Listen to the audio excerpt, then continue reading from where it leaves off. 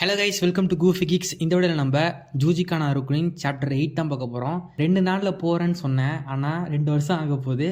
ஏன் அப்படின்னு கேட்டிங்கன்னா எனக்கு என்ன சொல்கிறதுன்னு தெரில. பொண்டாடி உன்னை செருப்பால் அடித்த கதையெல்லாம் நான் கேட்கல. ஓகே, இந்த சாப்டரில் பார்த்தீங்கன்னா போன சாப்டரோட கண்டினியூஷன் தான் நடக்குது. யூகாவை போட்டு அந்த கரைன் பொண்ணை சித்திரவதை பண்ணிக்கிட்டு இருக்கான். அந்த பொண்ணுக்கு வந்து அதில் சுத்தமாக விருப்பமே கிடையாது. அப்போ யூகா வந்து மென்டல் தரமாக பேசிக்கிட்டே இருக்கான், உன்னை நான் யாருக்கும் விட்டு கொடுக்க மாட்டேன் அப்படி சொல்லிட்டு. அப்போ பார்த்தீங்கன்னா யாரோ ஜன்னல்ல இருந்து இவன் பண்ணுறத பார்த்துடுறாங்க. யூகா யார் அது அப்படி சொல்லி திரும்பி பார்க்குறப்ப யாரோ அங்கேருந்து ஓடிடுறாங்க.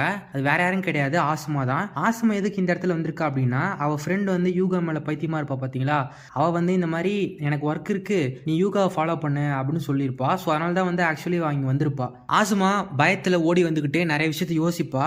ஒருவேளை இந்த விஷயத்த போலீஸ்கிட்ட சொல்லிடலாமா, அப்படி சொன்னால் நானும் தான் மாட்டுவேன், இப்போ நான் என்ன பண்ணுறது உருமா அப்படின்ற மாதிரி அவன் உருமா பற்றி யோசிக்கிறா. இப்போ மறுநாள் காலையில் ஆசுமா யூகாவோட பிளேஸ்க்கு வந்துட்டு நான் இனிமேல் ஒர்க்குக்கு வரல அப்படின்ற மாதிரி ஒருத்தங்கிட்ட சொல்கிறான்.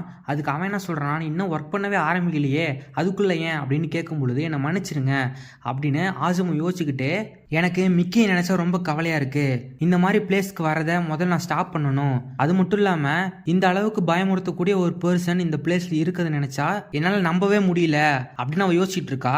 இந்த மாதிரி ஆசுமா யோசிச்சே இருக்கிறப்ப அவன் என்ன சொல்கிறான்னா, நீ இந்த மாதிரி மேட்டர்லாம் ஸ்ட்ரைட்டாக யூகா கிட்ட தான் பேசிக்கணும் அப்படின்னு சொல்லிடுறான்.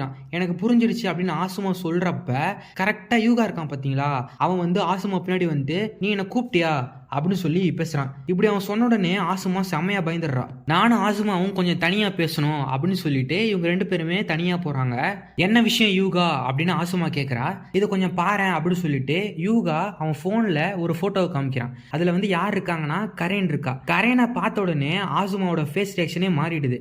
யூகா கண்டுபிடிச்சிடுறான், இவ தான் நேற்று நம்ம பிளேஸ்ல வந்து நம்ம பண்றத பார்த்துருக்கா அப்படின்னு சொல்லிட்டு. உனக்கு என்ன செயின்ஸை பார்த்தா பயமா, நான் அவளை கட்டி போட்டு வச்சிருக்கேன்னு நீ நினைக்கிறியா, அப்படின்னா நீ கவலைப்படாத, இதுவும் ஒரு விதமான பிளே தான் அப்படின்னு யூகா சொல்லும் பொழுது அதை சமாளிக்கிறதுக்கு ஆமா எல்லாத்துக்கும் ஒரு டேஸ்ட் இருக்கும் அப்படின்னு ஆசுமா சொல்றான். இப்படி ஆசுமா பேசிட்டு இருக்கும் பொழுது யூகா அவன் பாக்கெட்ல இருந்து ஒரு கத்தி எடுத்து ஆசுமாவை வெட்ட போறான். டக்குனே நம்ம ஆசுமா தப்பிச்சிடுறா. இருந்தாலும் அவன் தடுக்கி கீழே விழுந்துடுறா. அதுக்கப்புறமேட்டு யூகா அவ வாயை புத்தி என்னை மன்னிச்சிருச்சு சிரு, நீ அதை பார்த்ததுனால இப்ப செத்தாகணும் அப்படின்னு சொல்லிட்டு அவ சங்கிலே கத்திய வைக்கிறான். இதோட இந்த சாப்டர் முடிக்கிறாங்க.